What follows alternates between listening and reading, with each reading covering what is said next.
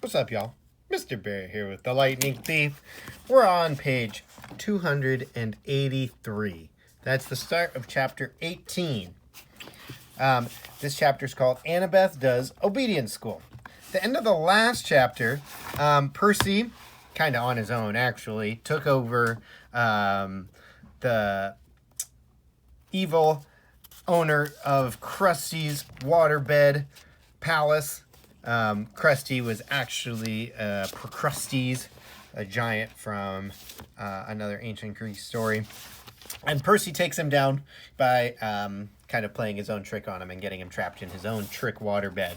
So from him, they find the address of the underworld, as well as some drachma, some ancient Greek coins, so that they can, well, you'll see what they use them for in this chapter, I suppose. Here we go, chapter 18. Annabeth Does Obedience School. We're on page 283. We stood in the shadows of Valencia Boulevard, looking up at gold letters etched in black marble. DOA Recording Studios. Underneath, stenciled on the glass doors, no soliciting, no solicitors, no loitering, no living. It was almost midnight, but the lobby was brightly lit and full of people. Behind the security desk sat a tough-looking guard with sunglasses and an earpiece. I turned to my friends. Okay, you remember the plan? The plan? Grover gulped. Yeah, I love the plan, Annabeth said. See what happens if the plan doesn't work? Don't think negative. Right, she said. We're entering the land of the dead, and I shouldn't think negative.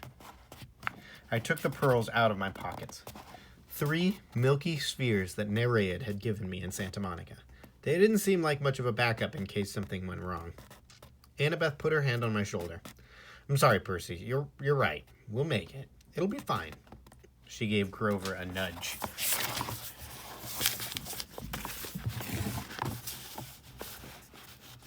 Oh, right, he chimed in. We got this far. We'll find the Master Bolt and save your mom. No problem. I looked at them both. I felt really grateful. Only a few minutes before, I'd almost gotten them stretched to death on deluxe waterbeds, and now they were trying to be brave for my sake, trying to make me feel better. I slipped the pearls back in my pocket. Let's whip some underworld butt. We walked inside the DOA lobby. Muzak played softly on hidden speakers. That's the kind of music you might hear in an elevator. The carpet and walls were steel gray. Pencil cactuses grew in the corners like skeleton hands. The furniture was black leather, and every seat was taken. There were people sitting on couches, people standing up, people staring out the windows, or waiting for the elevator. Nobody moved, or talked, or did much of anything. Out of the corner of my eye, I could see them all just fine. But if I focused on any one of them in particular, they sort of started looking transparent. I could see right through their bodies. The security guard's desk was a raised podium, so we had to look up at him. He was tall and elegant, with chocolate-covered skin and bleached blonde hair shaved military style. He wore tortoise-shell shades and a silk Italian suit that matched his hair. A black rose was pinned to his lapel under a silver name tag. I read the name tag, then looked at him in bewilderment. Your name is Chiron? He leaned across the desk. I didn't see anything on his glasses, except my own reflection, but his smile was sweet and cold, like a python's right before it eats you. What a precious young lad. He had a strange accent, British maybe, but also if he'd learned English as a second language. Tell me, mate, do I look like a centaur? No. Sir, he added smoothly. Sir, I said. He pinched his name tag and ran his finger under the letters. Can you read this, mate? It says C-H-A-R-O-N. Say it with me. Charon. Charon. Amazing. Now, Mr. Charon. Mr. Charon, I said. Well done. He sat back. I hate being confused with that old horseman. And now, how may I help you, little dead ones? His question caught me in the stomach like a fastball. I looked at Annabeth for support. We want to go to the underworld, she said. Charon's mouth twitched. Well, that's refreshing. Is it? She asked. Straightforward and honest. No screaming. No. There must be some mistake, Mr. Charon. He looked us over. How'd you die then? I nudged Grover. Oh, he said. Drowned in the bathtub. All three of you? Charon asked. We nodded. Big bathtub. Charon looked mildly impressed. I don't suppose you have coins for passage. Normally with adults, you see, I could charge your American Express or add the ferry price to your last cable bill. But with children, alas, you never die prepared. Suppose you'll have to take a seat for a few centuries. Oh, but we have coins. I set 3 golden drachmas on the counter, part of the stash I'd found at Krusty's office desk. Well now, Charon moistened his lips. Real drachmas. Real golden drachmas. I haven't seen these in... His fingers hovered greedily over the coins. We were so close. Then Charon looked at me. That cold stare behind his glasses seemed to bore a hole straight through my chest. Here now, he said. You couldn't read my name correctly. Are you dyslexic, lad? No, I said. I'm dead. Charon leaned forward and took a sniff. You're not dead. I should have known. You're a godling. We have to get to the underworld, I insisted. Charon made a growling sound deep in his throat. Immediately, all the people in the waiting room got up and started pacing, agitated, lighting cigarettes, running hands through their hair, or checking their wristwatches. Leave while you can, Charon told us. I'll just take these and forget I saw you. He started to go for the coins, but I snatched them back. No service, no tip. I tried to sound braver than I felt. Charon growled again, a deep, blood-chilling sound. The spirits of the dead started pounding on the elevator doors. It's a shame, too, I sighed. We had more to offer. I held up the entire bag from Krusty's stash. I took out a fistful of drachmas and let the coins spill through my fingers. Charon's growl changed to something like a lion's purr. Do you think I can be bought, godling? Huh? Just out of curiosity, how much have you got in there? A lot, I said. I bet Hades doesn't pay you well enough for such hard work. Oh, you don't know the half of it. How would you like to babysit these spirits all day? Always, please don't let me be dead. Or, please let me cross for free. I haven't had a pay raise in 3,000 years. Do you imagine suits like this come cheap? You deserve better, I agreed. A little appreciation, respect, good pay. With each word, I stacked another gold coin on the counter.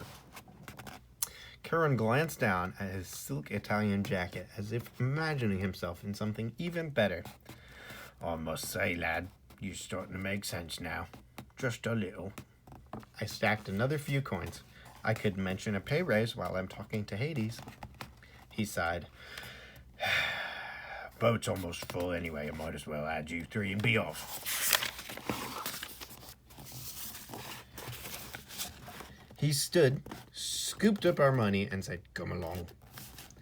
We pushed through the crowd of waiting spirits, who started grabbing at our clothes like wind, their voices whispering things I couldn't make out.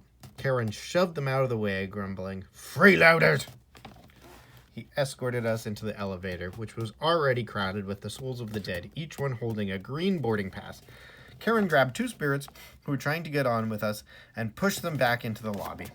Right. Now, no one will get any ideas while I'm gone, he announced to the waiting room. And if anyone moves the dial off my easy listening station, I'll make sure you're here for another 1,000 years. Understand? He shut the doors. He put a key card into the slot and the elevator panels, and we started to descend. What happens to the spirits waiting in the lobby? Annabeth asked. Nothing, Charon said. For how long? Forever, or until I'm feeling generous. Oh, she said. That's fair? Karen raised an eyebrow. Whoever did this was fair, young miss. Wait until it's your turn. You'll die soon enough. Where you're going. We'll get out alive, I said. Ha! I got a sudden dizzy feeling. We weren't going down anymore, but forward. The air turned misty. Spirits around me started changing shape. Their modern clothes flickered, turning into gray hooded robes. The floor of the elevator began swaying. I blinked hard, and when I opened my eyes, Karen's creamy Italian suit had been replaced by a long black robe. His tortoiseshell glasses were gone. Where his eyes should have been were empty sockets, like Ares' eyes, except Charon's were totally dark, full of night and death and despair. He saw me looking and said, "Well?" "Nothing," I managed. I thought he was grinning, but that wasn't it. The flesh on his face was becoming transparent, letting me see straight through to his skull. The floor kept swaying. Grover said, "I think I'm getting seasick." And when I blinked again, the elevator wasn't an elevator anymore. We were standing in a wooden barge.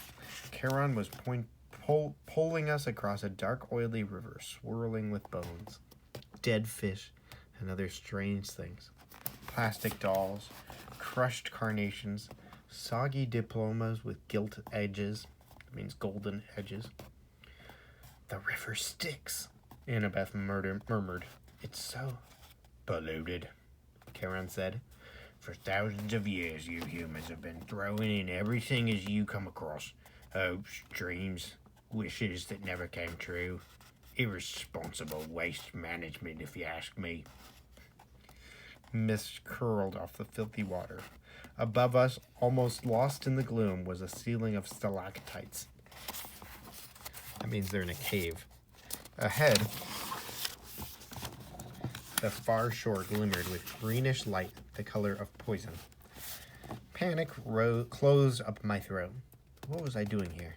These people around me, they were dead. Annabeth grabbed hold of my hand. Under normal circumstances, this would have embarrassed me. But I understood how she felt.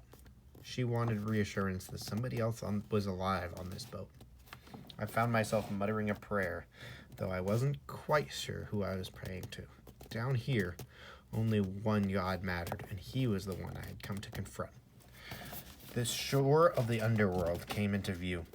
Craggy rocks and black volcanic sand stretched inland about 100 yards to the base of a high stone wall, which marched off in either direction as far as we could see.